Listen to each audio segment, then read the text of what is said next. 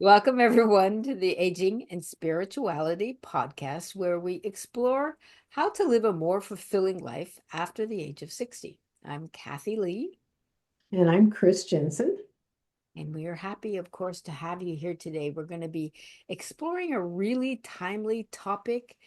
For those of us that are in our later years, we're going to be talking about rediscovering your purpose and navigating the spiritual dimensions of aging.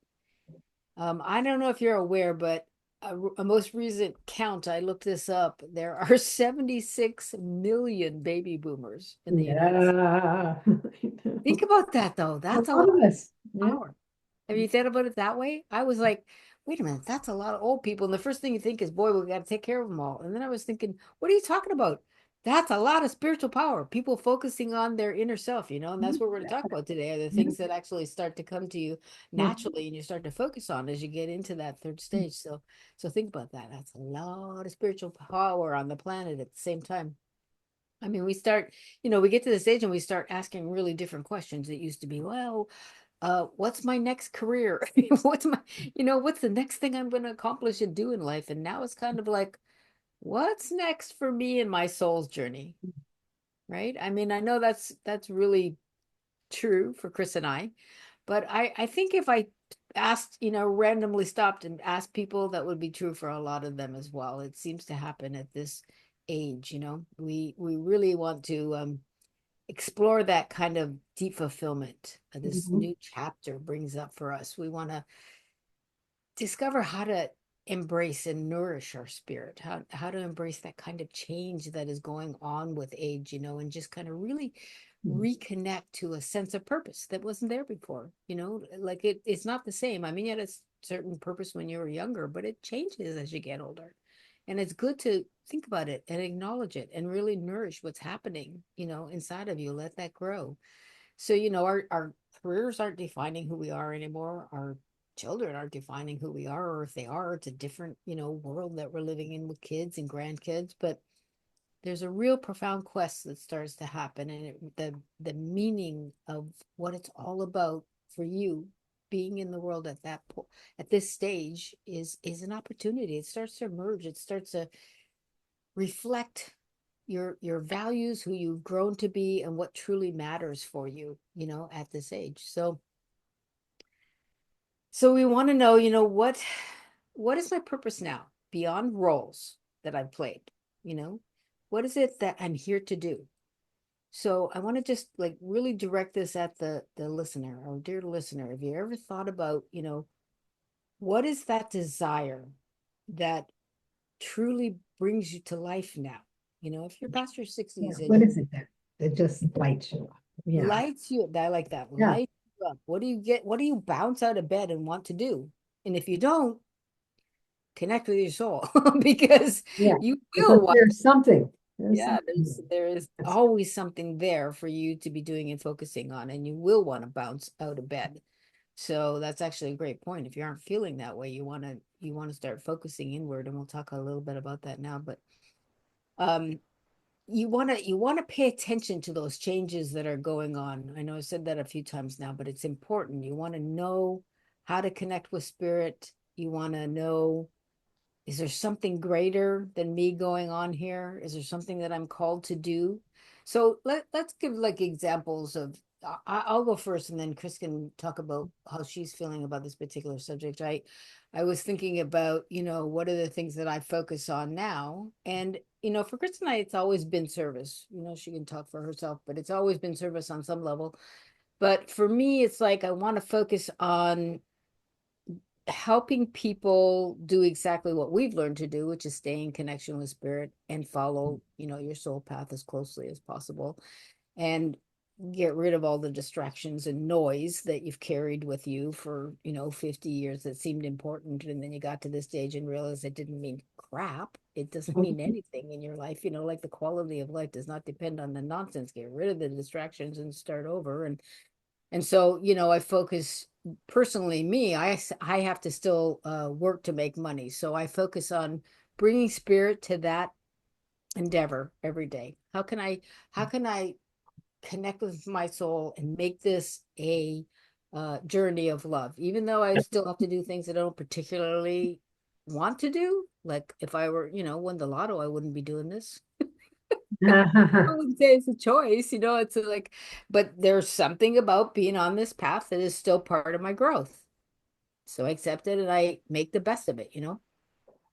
But I also know that I'm really aware I want to every day spend time in particular moods and spaces, create sacred spaces to be with yourself in meditation, in communing with nature, in connecting to other people. I have more of a desire to connect with other people because I've been a pretty much a loner for a long time.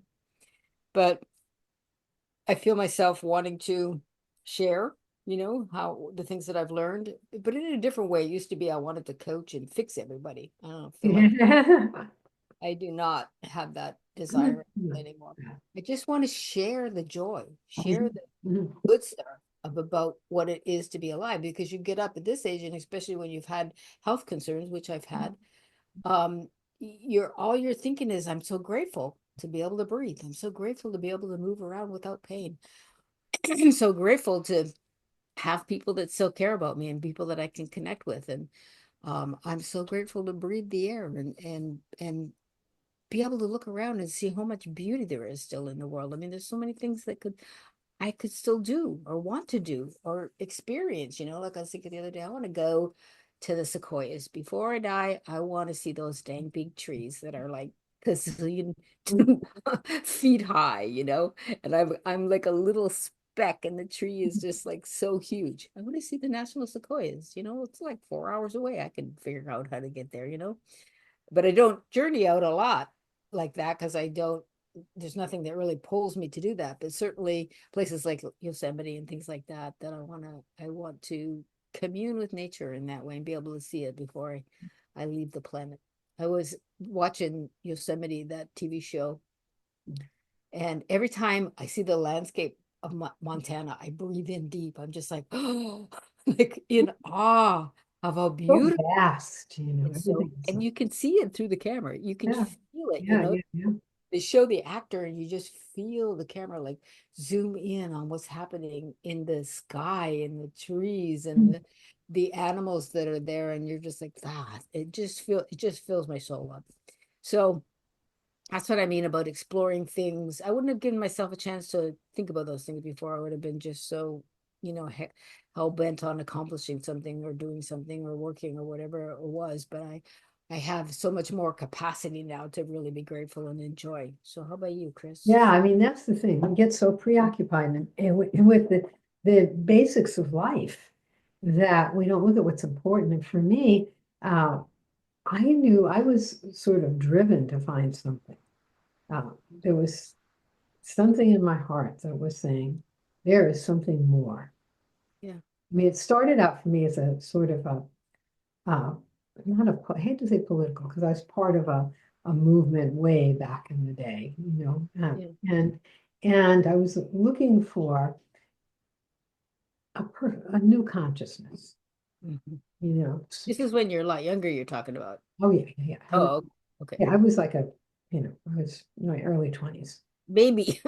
Yeah, it's a baby. I was in my early 20s and I read Che Guevara, and that really, really got me on the spiritual path, believe it or not, because what he said, he went and he tried to liberate people in Cuba, and then he went to Brazil or someplace else. I don't remember. Bolivia. And when he was in Bolivia, he found that the people who were being liberated were just as bad to the other people Mm, as the previous oppressors. And he said it was going to take a new man with a new consciousness. mm, That just tweaked something in me. And so yeah. The I new started looking at all kinds of things to find a new consciousness. And I tried Zen books and did work. And somehow I got to the yoga center. And there I found so, a guru, someone who actually you could feel it. He had experienced spirit. And like the first thing he said was, this is not a faith system. Don't believe anything I say. Do the practices. It is an experience system. And that really appealed to me. yeah. And so, that's what I did. And for me, it was like the most important thing there was to have that way to get to spirit. And so That's uh, I started to serve because he said that, things were like falling apart there. And, so I went to him for a check on one of my practices. And I said, well, what can I do to help? And, he had things I could do. And for me, like the helping others to have that way to get to spirit Mhm. was like very vital. It was, A life gift. life changing, and I still feel the same way. And you know, I have continued to serve all these years because of that. Yeah. Because there's that. And I think without that, I would just be going through the motions now, Right. you know. And But and that makes that a difference. seed that you're talking about inside you came with you. You brought that in with you, and you've been following it your whole life. And this is what we're talking about when I'm Yeah, saying, and we all have a seed but for we something. all have that. What is yours? Right. Exactly. Right. What is your seed? I mean, what is it, that's calling to you from way deep inside, not your external personality, not what everyone says you should want or think Yeah. or Got nothing to do with sounds it. like fun, but what's that real deep desire inside, that deep yearning feeling?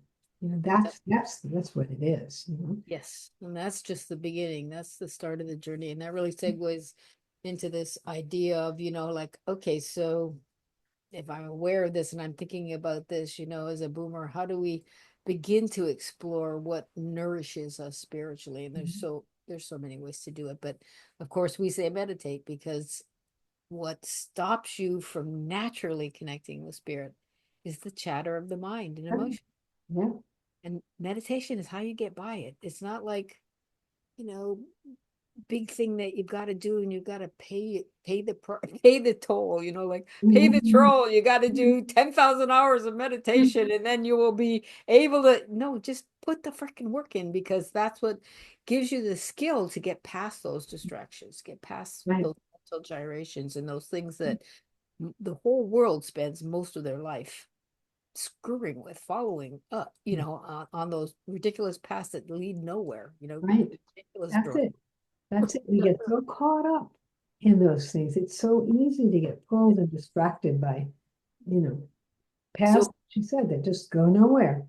yeah, 100%. So this is a stage that we really want to deepen into our own inner wisdom, the stuff you've accumulated throughout your whole lives. You want to pay attention to that. Like ask questions like, what have I learned through my experiences and how can I apply that wisdom more fully to be more authentic of who I am right now? Like just really do though, take the time to reflect on those moments when you felt most connected to yourself or maybe to others or the world around you, but that connection is what's going to bring you in touch with spirit. And that's what you want to know is Yeah, that's, what wants you to do. yeah.